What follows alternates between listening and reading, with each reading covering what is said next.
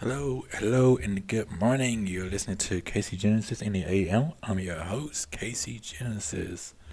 It's Wednesday, and you know what that means.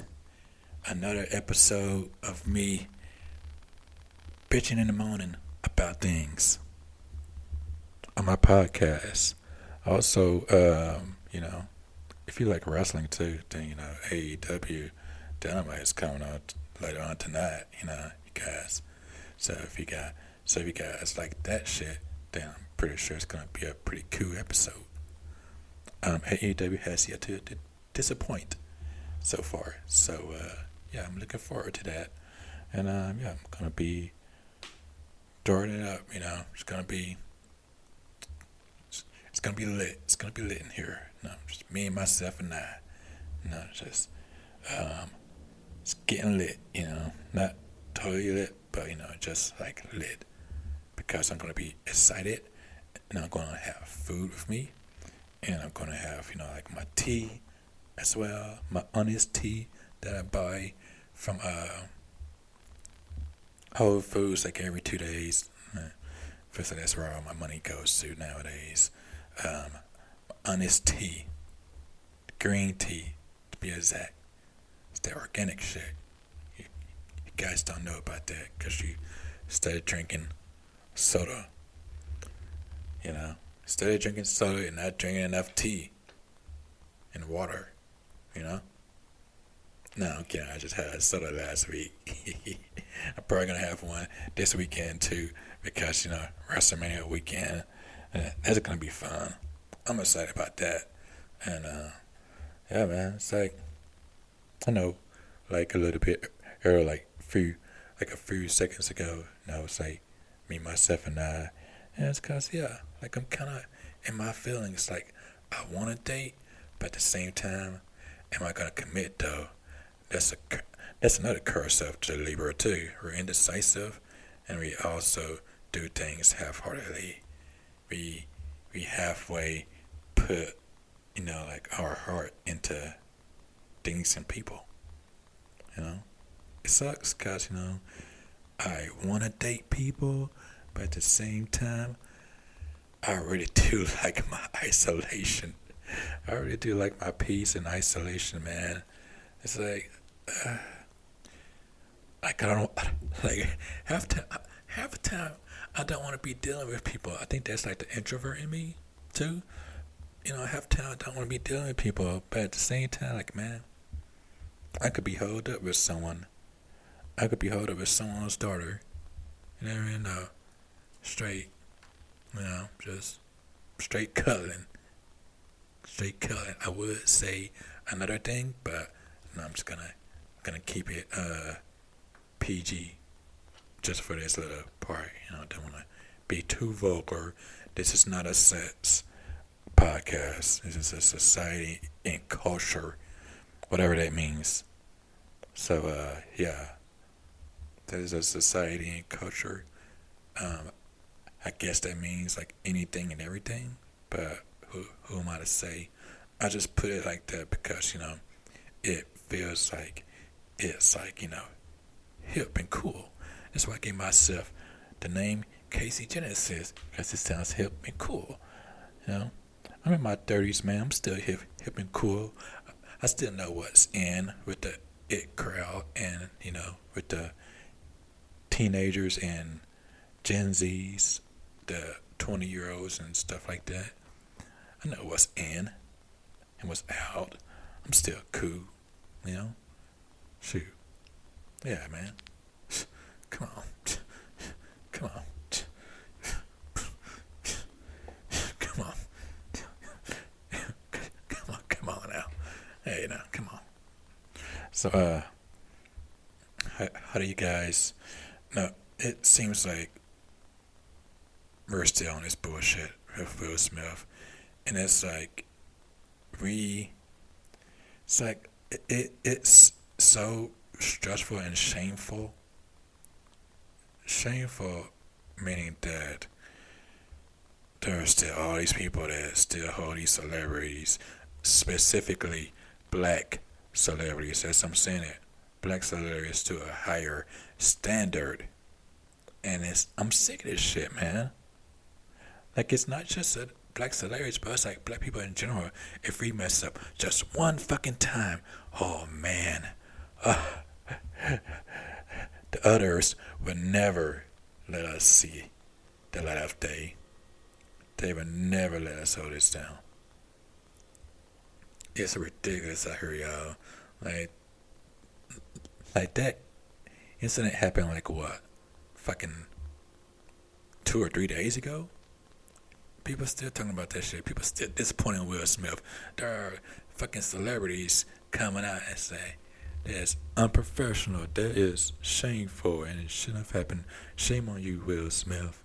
If we were disappointing you, you're supposed to be God.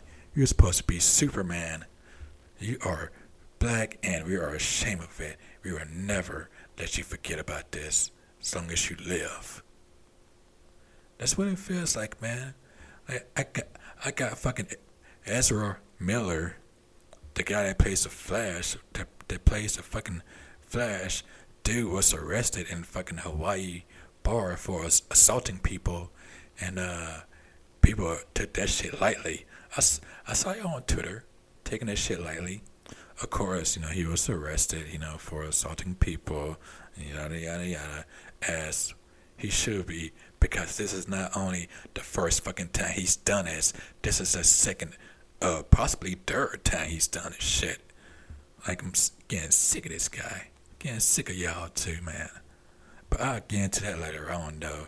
But up next, man, we're gonna be talking about Chris Rock. And how he's been letting people walk all over him just 2 months before the Will Smith incident at the Oscars, and we'll get more into that next.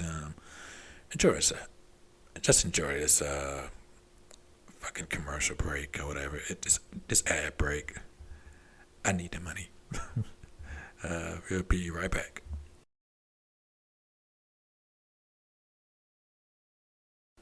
Hello and good morning. You're listening to Casey Genesis in the AM. I'm your host, Casey Genesis, and we're still talking about this bullshit with Will Smith. Like I still felt like it shouldn't have been done. It could have gone a lot better. And Will Smith has apologized. I read on Instagram, it's one of those rare moments where I get on Instagram and see what my family is up to, see what friends are up to, and then boom, that's it. I forget about it in like another 10 days or 20 days or whatever. But yeah, it seems like that he apologized, and then people still giving him shit for that. To like, okay, now what? You guys want to like get back to Ukraine where you belong? Not trying to put it like that, but come on, man. Come on. Just get over it, will you? It's like, there's no need for all this shit. This is tiresome. Like if you would have avoid that shit and just like laugh it out loud or whatever like that, people would have been like, oh, so he didn't want to protect his wife. He's not protecting his wife, or and of course, I'm not gonna say the majority, but like some of us know. I know that the most unprotected person is a black woman. So I felt like that if he wouldn't have, stood up for Jada, then his wife, then people would have been flaming his ass for that. But instead he decided to do something, and smack Chris Rock, and now people are all over his ass for it. It's like, we can't have shit, man. Now, what I felt like he should have done, like if you're gonna like approach someone, at least bring them close to you, whisper in their ear, like, hey man, what you said, it's not right. You need to apologize to Jada. You need to apologize to her because that joke was foul and it wasn't right. Despite some of y'all saying, "Oh, that joke wasn't nothing. It was lighthearted." Like, no, dude. Like black women, you don't get black women. I'm sure to tell you, you don't get black women. Hell, I don't even get black women most of the time. Like I try and learn. I sit down and listen, but other than that, the only people who ever get black women are themselves. That's it. No one else will ever get them. You don't know what's going on in people's lives, man. You don't know what triggers them or anything. So, don't come for me. Alright? But okay. Moving on. People.com says Chris Rock said he let people walk all over him 2 months before Will Smith smacked him at Oscars. With the help of therapy, Chris Rock realized he was bending over backwards to be nice because I was so scared of my anger, he quote. Chris Rock recently expressed that he's let people walk all over him since his childhood. His revelation came on the January 12th episode of Fly on the Wall with Dana Carvey and David Spade, 2 months before Will Smith smacked the comedian across the face during Sunday's Academy Award. On a podcast, Rock, 57, recounted being bullied ridiculously throughout his childhood. He said, "Half of the bullying was because I was just a little guy. Then I got abused to school. I got bused to school, I believe. And the bullying was because I was a little guy and I was black. I was getting double bullied." He said he eventually resorted to taking matters into his own hand. He quote, "I went home, I put a brick in the book bag. This is like a legendary story in my neighborhood. I swung the shit and smacked the guy in the face with this brick and stomped on him, Joe Pesci style, to the point that we thought he might die," Rock told hosts David Spade and Dana Carvey. Later on, with the help of therapy, Rock realized the long-term impact that the event had on his life. "Long story short, from that day on, as my shrink puts it to me, you have been scared to be angry ever since." He said, "The guy you saw was bending over backwards to be nice because I was so scared of my anger." Rock recalled that his therapist wanted him to move past the incident because this guy brought something out in you, and you were so scared of that thing coming out of you again that you let the whole world walk all over you. Your friends walk all over you. Your friends walk over you. Your friends walk over you. Your female relationships. Everybody just fuck you over. The Saturday Night Live alum said he is now able to get angry and get better process his emotions. "I'm not scared of letting people know how I feel about certain things," he shared. Now I can say, "Hey, I don't like what you said to me," without losing my head, without hitting someone on the head with a freaking brick. At the Oscars on Sunday, the comedian made a joke about Jada Pinkett's hair, saying in part, "Jada, I love her. G.I. Jane 2, can't wait to see ya." The comment was about Jada Pinkett's hair matching Demi Moore's shaving head in the movie G.I. Jane. Pinkett Smith recently opened up about her bald head, revealing it was a result of a years-long struggle with alopecia. Pinkett Smith was visibly unamused, rolling her eyes from her seat. Seconds later, Smith walked on stage and approached Rock, smacking him in front of the audience and millions watching at home.